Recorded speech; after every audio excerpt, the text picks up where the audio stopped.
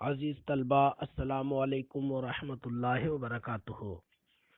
آج کا سبق غور سے سماعت کریں۔ یہ اشعار عبداللہ بن زبارہ کے ہیں، جو ابتدائی اسلام میں مسلمانوں پر بہت سخت تھے، اور جب مکہ فتح ہوا، مسلمانوں نے مکہ فتح کر لیا تو ڈر کے مارے نجران بھاگ گئے تھے۔ پھر حضرت حسان بن ثابت رضی اللہ تعالی عنہ نے جب ان کے بارے میں کچھ اشعار کہے تو وہ حضور صلی اللہ علیہ وسلم کی بارگاہ میں معافی کے لیے حاضر ہوئے۔ اس موقع سے یہ اشعار ہیں جس میں انہوں نے یہ بتایا ہے کہ حضور صلی اللہ تعالی علیہ وسلم کی سرزنش جیسے ہی میں نے سنی کہ حضور نے میرے بارے میں سرزنش کی ہے تو میری راتوں کی نیند اڑ گئی ہے۔ اور ان دنوں میں کیا حالت تھی ان کو بتاتے ہوئے کہتے ہیں، شعر نمبر 5 ہے، بسم اللہ الرحمن الرحیم۔ ایاما تعمرنی باغوا خطۃ سہم و تعمرنی بہا مخزوم۔ ایاما جن دنوں میں تعمرنی مجھے حکم دیتا تھا، بے اغوا خطۃ گمراہ ترین کام کا، سہم قبیلہ سہم، و تعمرنی بہا اور اسی گمراہ ترین کام کا حکم دیتا تھا مجھے مخزوم قبیلہ مخزوم۔ یعنی ان دنوں میں قبیلہ سہم اور قبیلہ مخزوم مجھے گمراہ ترین کاموں کا حکم دیتے تھے، اسی لیے ان دنوں میں مسلمانوں کی مخالفت کی اور بہک گئے۔ ترجمہ سماعت کریں۔ ایاما تعمرونی بے اغوا خطۃ، جن دنوں مجھے حکم دیتے تھے، بے اغوا خطۃ گمراہ ترین کام کا، سہم قبیلہ سہم، و تعمرونی بہا اور اسی گمراہ ترین کام کا حکم دیتے تھے قبیلہ مخزوم۔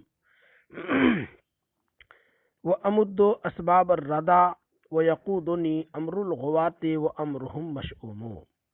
مدہ یمدو کے معنی ہے پھیلانا، دراز کرنا۔ ردا کے معنی ہلاکت۔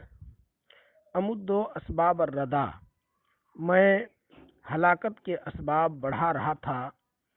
امدو اسباب الردا، ہلاکت کے اسباب بڑھا رہا تھا۔ وَيَقُودُنِي أَمْرُ الْغُوَاةِ اور گمراہوں کا کام میری قیادت کر رہا تھا۔ گمراہوں کا یقودنی، قادہ یقود، قیادت کرنا، کھینچنا، تو گمراہوں کا کام میری قیادت کر رہا تھا یا مجھے کھینچ رہا تھا۔ وَأَمْرُهُمْ مَشْؤُومٌ اور ان کا کام بہت برا تھا۔ امرہم مشؤوم، ان کا کام برا تھا۔ فَالْيَوْمَ آمَنَ بِالنَّبِيِّ محمد قلبی ومخطئ ہذہ محروم۔ فَالْيَوْمَ تو آج، آمنہ ایمان لایا، بالنبی نبی پر، محمد صلی اللہ علیہ وسلم پر۔ فَالْيَوْمَ تو آج، آمنہ بالنبی محمدی نبی محمد صلی اللہ تعالیٰ علیہ وسلم پر ایمان لایا، قلبی میرا دل، تو آج میرا دل نبی کریم محمد صلی اللہ تعالیٰ علیہ وسلم پر ایمان لایا۔ وَمُخْطِئُ هَٰذِهِ مَحْرُومٌ اور جو اس سے چوک کرنے والا ہو وہ محروم ہے۔ یعنی حضور صلی اللہ تعالیٰ علیہ وسلم پر ایمان لانے سے جو چوک گیا وہ بدبخت ہے، وہ محروم ہے۔